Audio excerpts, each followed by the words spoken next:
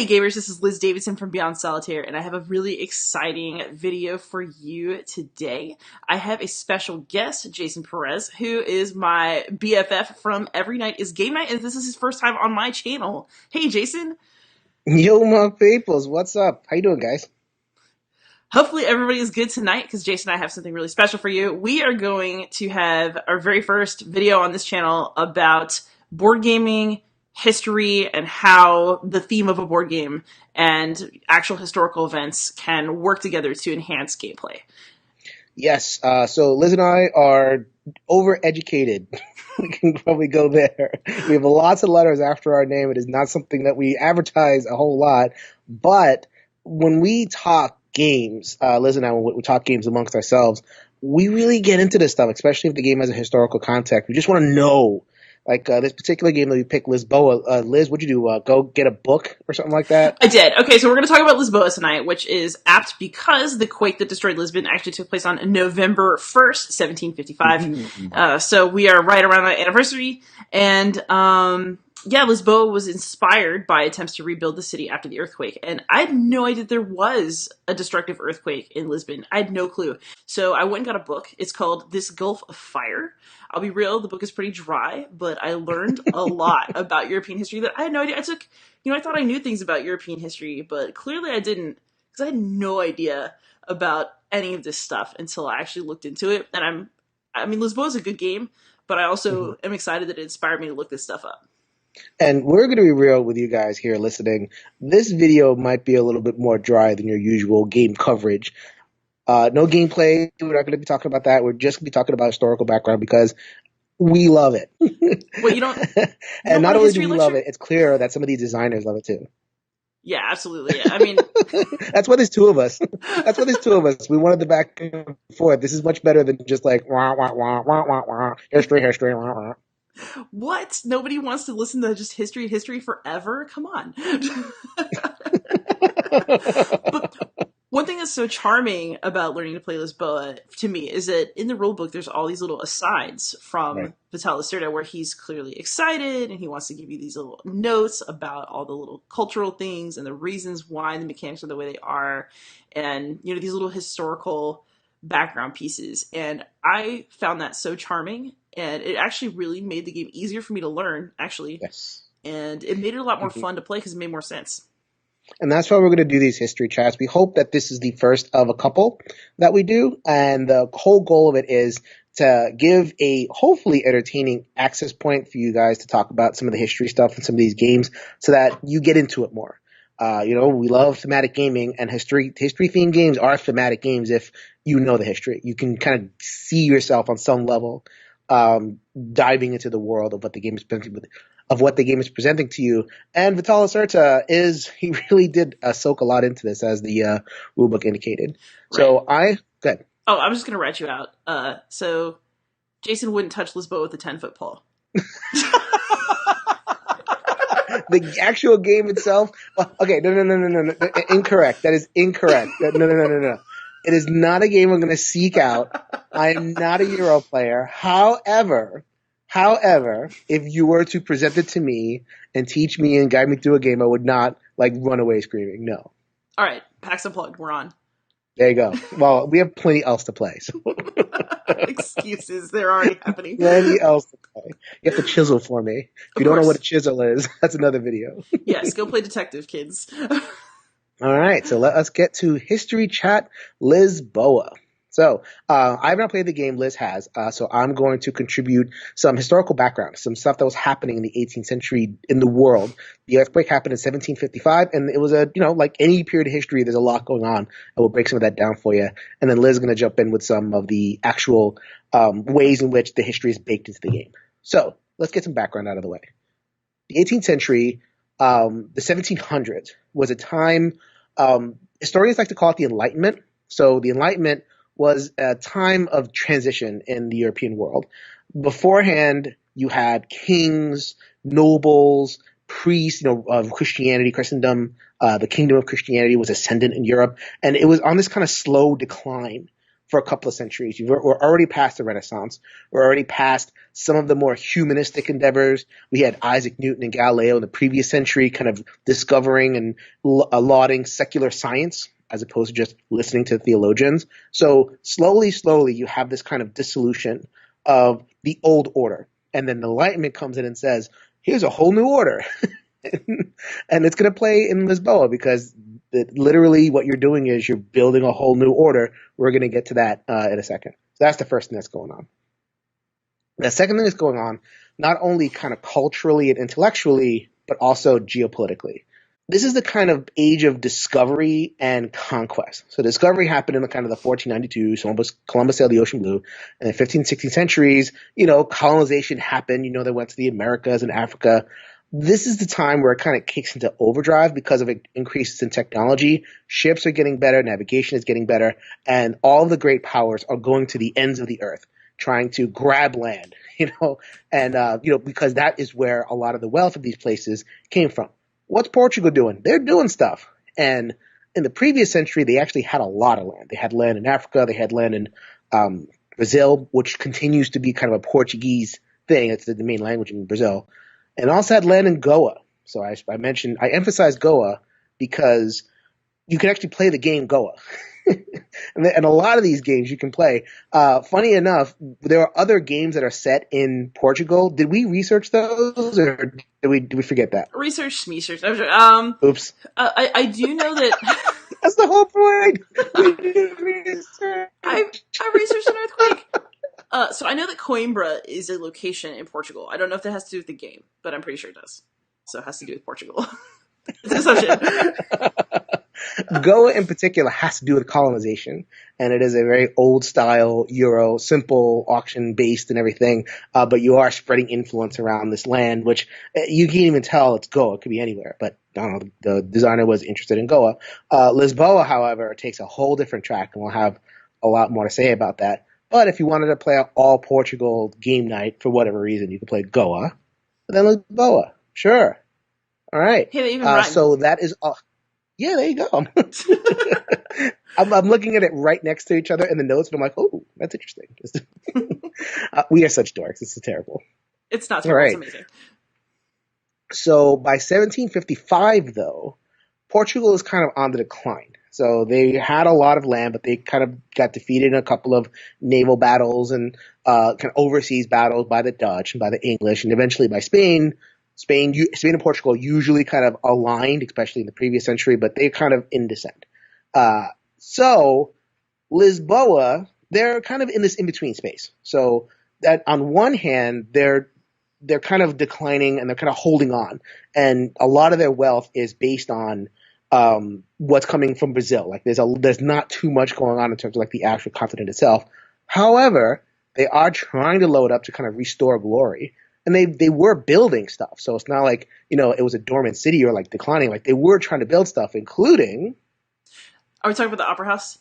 Yeah, the opera. You love that Opera House. I do. I love the opera. I used to go to cheap operas when I was in college. That was like one of my. You did not. That's a lie. It was so good. No one goes to cheap opera. Get out of here. Yeah, I went to Chicago and they have these like cheap opera tickets, like $20 to go to the opera. And I got to get seats sometimes. It was awesome. Wow. I saw Starship Troopers a bunch of times in college. So, Portugal was actually this like serious hub for culture, and that's something I actually didn't know until I started looking into this topic. So, I think it wasn't very long before the earthquake. There's the opening of this huge opera house with like stars from all over Europe who come to sing. The royal family had this incredible archival collection with, paintings by European masters and like interesting documents on a wide array of topics. And, this is a very learned, art-centered country where a whole lot of really interesting stuff is happening artistically. And, it's actually really surprising because, Portugal is like the country you don't talk about in AP Euro. You know what I mean? It's a more neglected place. So how did Portugal fall off the map so fast? So they're in decline-ish, but they're kind of still a cultural powerhouse. And they're still kind of like have designs on getting back in the colonial game in a big way. And then the earthquake happens. So we are going to November 1st, 1775. No, sorry. 1755. Yes, November 1st, 1755. Sorry about that. Yeah. And November 1st is a notable holiday in the Catholic calendar, which is. All Saints Day. You got it right. So, just for context, typically I do not care about saints that weren't in Egypt before, like, the 6th century. Like, that's my wheelhouse. So Yeah, Liz is an ancient history scholar. We're talking about, way in the medieval age and beyond. So like, I'm surprised that Liz knew All Saints Day, but yes, All Saints Day was a very, very big Catholic holiday at the time. So yes. the city literally was lit up with candles and votive services. I mean, it was a very solemn religious time. So Yes. then an earthquake happens, and they didn't have seismology back then, but it was about a 9 magnitude earthquake on a scale of 10. So it was like a devastating earthquake. Started in the Atlantic Ocean and spread into Lisboa, which is a coastal city. So you had the earthquake, which was bad enough. And Right. so then once you kind of go through the shocks of the earthquake, and then there's aftershocks and that kind of thing. And it was actually, the earthquake is so big, it was felt in like Finland. Like there were places all over Europe that felt this earthquake, but it just kind of got to Lisboa and like it was right in the path. Also, So then, interestingly, there were aftershocks all over the place for a long time after this earthquake too. It wasn't just a right, one-time thing. right. But this was the devastation. Like this was Yes. like the thing that happened. So then you have the earthquake, and then if you have an earthquake under an ocean, you get a typhoon. Or tsunami. Sorry about that. You get a tsunami, and then the tsunami hits Lisboa. And then, not only do you get the tsunami hitting Lisboa in the face, you also get fires. And where did the fires come from? Oh my God, there was the middle of a religious holiday, Well, which when is you're crazy. passionate about religion, no, okay. So what Right? happens is every candle in every church in town is lit, and then all the fires in everybody's houses are lit because they're going to go home and cook after they go to church. So the Lisbon collapses on top of a lot of fire, and it's a lot of flammable material. They don't have fire codes in this time, so everything just up in flames for days. Yeah, to give you context in terms of numbers, the population at the time was about 270,000, which is a pretty decent sized city, even at that time. 90,000 of those around then died, which is a 33% fatality rate, which is a shocking number of people. 85% of the buildings were completely destroyed, including the Opera House that be still Liz's heart. The Opera House did not make it. Heartbreaker. The Royal Palace, the Royal Library, archives, the largest public hospital in the known world at the time also collapsed. I mean, it was just utter devastation. Everything, so many cultural things, so many infrastructure things were completely destroyed. Then what? So I mean, literally, Portugal. I mean, Portugal is shaken. Lisboa is a complete and utter disaster, and then you get to like why. And that was a question that time period asked. Like, we might not ask the question of why in our era because we're secular, but at the time, it was still a very devout culture. So they asked why. Why would God allow this to happen? And we were talking about this before the call. Like, there's actually two different strains of ways of answering that question, right? Yeah. So, like, there's the idea that, Lisbon was a sinful town and they got what they deserved because it was a divine punishment. And then, there are people who kind of question whether God could be responsible for such a thing if he's really all good and all powerful and all loving of humanity. So, like, Voltaire actually ends up using the quake in Lisbon as an argument against the involvement of a loving God in the lives of humans. Can you believe that? Using an earthquake to disprove God. This is the age we're living in. It's like, look, an innocent old city, and look what God allowed to it. There must be no God. It's the Well, Enlightenment. and Yeah, so that really. Yeah, and what's so interesting is that the role of the church in this is a little bit interesting too, because on the Right. one hand, you have actually I think Portugal had a huge number of clergy in the country, so there's a whole lot of religious people on scene.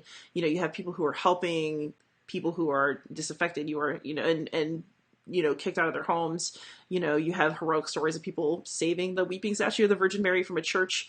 And interestingly, the church was actually responsible for collecting a lot of the data about seismology that eventually led to more scientific conclusions. They sent out a survey about like, oh, when did you begin to experience tremors? When did, it's sort of interesting. Like, there's a lot of nuance to everybody's involvement, but yeah, in some ways it does kind of shake out to Enlightenment thinkers kind of taking advantage of the situation to push against church norms and leaders. Right. And it's not just the Enlightenment thinkers pushing against the church. It is Enlightenment politicians and Enlightenment people who are interested in remaking actual societies pushing against the royalty. So Portugal has a king and did have residence in Lisboa. He Don Jose, right? Yeah. King Joseph I in English. He was actually in the royal palace and had to be spirited away, and had some kind of PTSD reaction to it, where moving forward they didn't actually rebuild the royal palace in his lifetime. Just lived in a tent on a hillside, which is not exactly the mark of personal strength. So that gives you everything you need to know about that this was not the man to lead Lisboa back to prominence. He kind of outsourced that. So in a very real way, yeah, right, outsourced. Sorry about that. I'm using modern terminology, but he did. Like, here, you do that. So in a very real way, the royalty is failing the people. The religion is failing the people. Who steps up to actually get things going? Well, in fairness, it was a really nice tent. It's made of wood. Very fancy. But what's really interesting, is that, Dom Jose doesn't want to take full responsibility for dealing with this by himself. So he ends up signing over a huge amount of power to the Marquis de Pombal. So Pombal is this guy who had been ambitious for a long time and kind of thwarted by other people in the establishment. He wasn't quite as blue-blooded as everybody else, but he was capable. And so what happens is he gets this huge amount of responsibility, and you give him an inch, he takes 50 miles. He's ready. So he's in there saying he speaks for the king, and then you end up with all these commands that, do they come from Jose? Did Pombal make them up? And before you know it, he's executing people who commit thievery after the earthquake with probably no trial at all. But he's also, taking a lot of control over disaster relief and how we're going to rebuild the city and helping people, get things together outside of the city. And it's a really interesting thing because he's a very controversial figure actually outside of, in Lisboa, you're going to see him as a hero. There's 3 people that you can do actions with. There's the king himself, there's Pombal, and then there's Manuel de Maia, who was actually very old at this time, but he's the chief architect in Lisbon.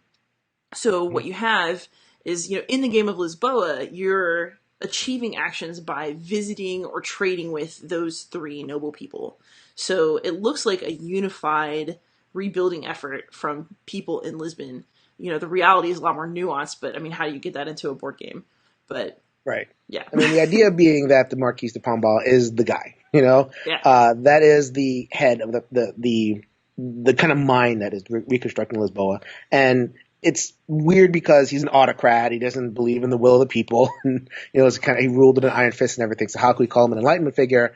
However, he kind of represents an Enlightenment ideal that anybody from any class can upjump and rule, because he's not from the noble stock and he's not from, the usual channels of power, which in itself is an Enlightenment ideal. So it's probably accurate to say that the Marquis represents Enlightenment ideal more than actually ruling as an Enlightenment figure. That is hair splitting. We are getting nerd chatty all over the place, but whatever. 72 views, people. I have no shame about my nerdiness. No shame. No, it's really important to note because, like I said, I haven't played the game, but it's when you actually build the city of Lisboa in the game, from my understanding, so much of this history is kind of soaked in without even knowing so. So like we talked about, as an example, there are 3 different disasters hit. It wasn't just one disaster, it was 3. Yeah. And you can actually, those 3, remnants of those 3 disasters are actually in the game, right?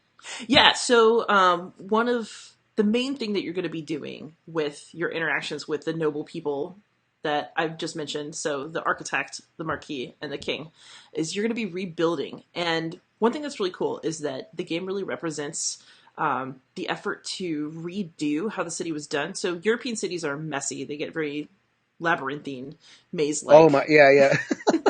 Yeah, go ahead and drive in like Naples. Go. It's what smart cars are for. I mean, well, it's you can't even. It's not even that because they're so small. Well, that's the thing. Like they're small and twisty, and they make very very little sense. And Lisboa was rebuilt to make sense Right. to a mercantile atmosphere. So, I mean, this is an apocryphal thing, but the Marquis de Pombal was once asked, why are these streets so big and so orderly? And he's like, far-sighting into the future going, soon they will not be big. It's like, okay. And now here we are. And he's like, it's almost like he foresaw automobile travel or anything like that.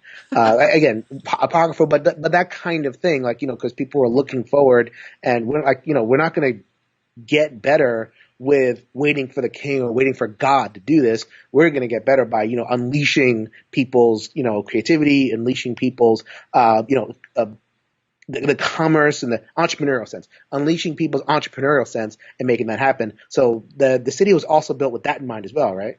Yeah, so in the game, as in life, there's the new city you're rebuilding is very organized. So you can only build certain types of shops on certain types of streets, and there are limitations to where you can build. But the other thing that's interesting is that as you build, you're clearing out rubble, and there's actually 3 different cube colors to represent the 3 different types of damage to the city. So there are blue cubes for the tsunami damage, they're red for the fire, and kind of a clay color for the earthquake. And one of the game's potential end conditions is if somebody collects enough sets of those representing enough rubble cleanup in the city.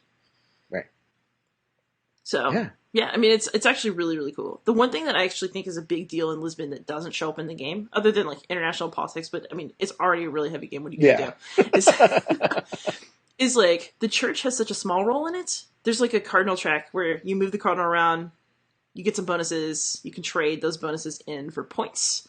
And that's pretty much it. And it would have been interesting to see a little bit more of the church in there just because Pombal hated the church. Like he, well, I mean, he was a Christian man. It's not he hated all the, but he hated the clergy. He hated the people that were grubbing for power. Yes. At this time, Christendom, the kingdom of Christianity, was still ascendant. I mean, and you still had all the big clerical power players getting their grubby hands into power.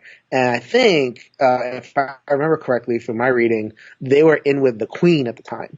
So, and favored. And particularly in order of clergy called the Jesuits. So the Jesuits are a religious order. They take vows. And they were kind of the church shock troops that were founded after the Reformation to kind of like, okay, here's Christianity. We're going to, in a lot of ways, they were kind of more Catholic than the Pope, which was a little bit weird.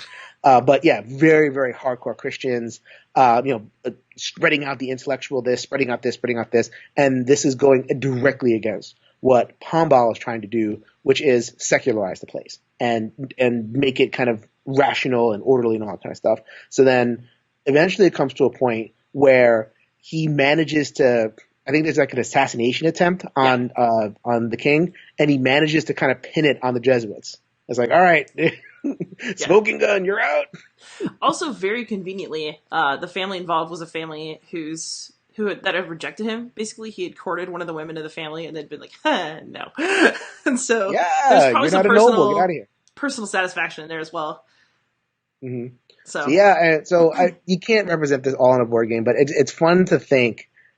I've not played this, but I can imagine kind of just having all this in my head as I'm, doing the chip movements, the set collecting, all that kind of stuff. I think that's really fun. Yeah. One thing that is thankfully not in this game, I mentioned Goa before, and the older style of Euro was very, like let's spread our influence, right? And let's go into these colonial territories and depict rebuilding in the image. But the older Euros tended to definitely kind of smooth over, quote unquote, the indigenous populations upon which the European settlements are going. So you're colonizing, but there's no representation of the whatever is there before, which is a big problem. And it's a huge problem for a lot of games, and there's a lot of different games that I kind of won't play because of that. This game manages to be a build-it Euro without touching any of that space at all. And I think it blazes a nice trail in terms of how you can do Euros that are genuine, like, civ building type experiences without opening that can of worms, which is I think is really cool.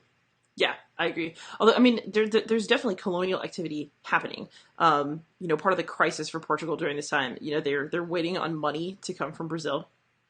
There was actually talk during some less sane moments of just moving the royal court over to Brazil because Lisbon was so messed Of up. course. That was And wasn't that one of the five plans or something? It was like, okay, we could either yeah, rebuild this or just abandon it, or yeah, there's yeah. like four main plans, and one is to just relocate to this place where there was already a royal palace, like not too far away, but that was where they summered. So you don't want everyone to move there. It's like, oh, do we rebuild things the way that they were? Do we take this chance to like do some remodeling in the city? And of course, that latter thing is what they choose. But what's really cool that I learned that's not in the game is that because they don't have the internet, like nobody can tweet like, "Oh my god, earthquake!" Like a TikTok video of something falling down or something. You know what I mean?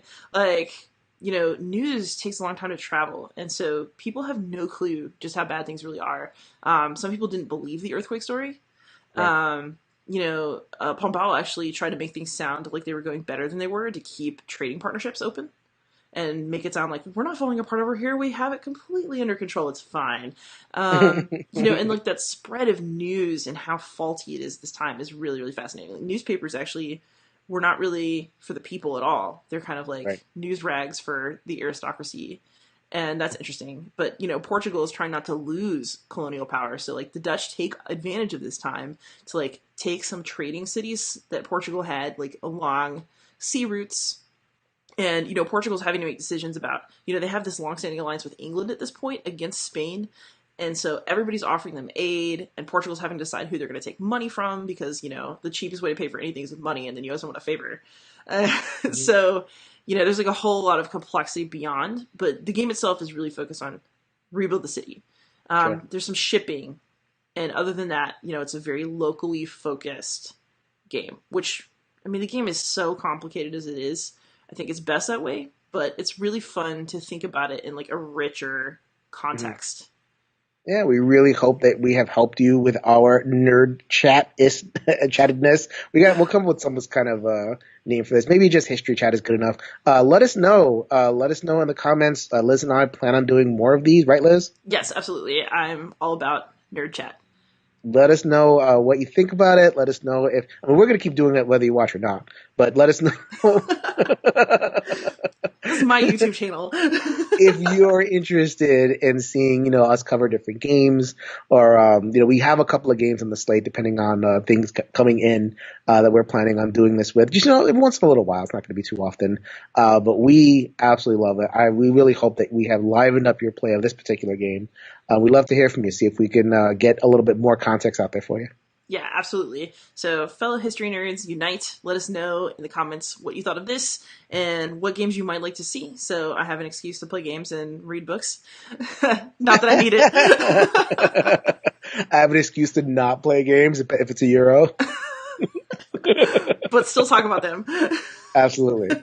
Although Orleans was a game that I was recommended, or Orleans or whatever, and I have played Orleans a lot. I dug that Maybe one. It was who good. knows? But anyway, thank everyone for watching. We really appreciate it, and happy gaming. Later, everybody.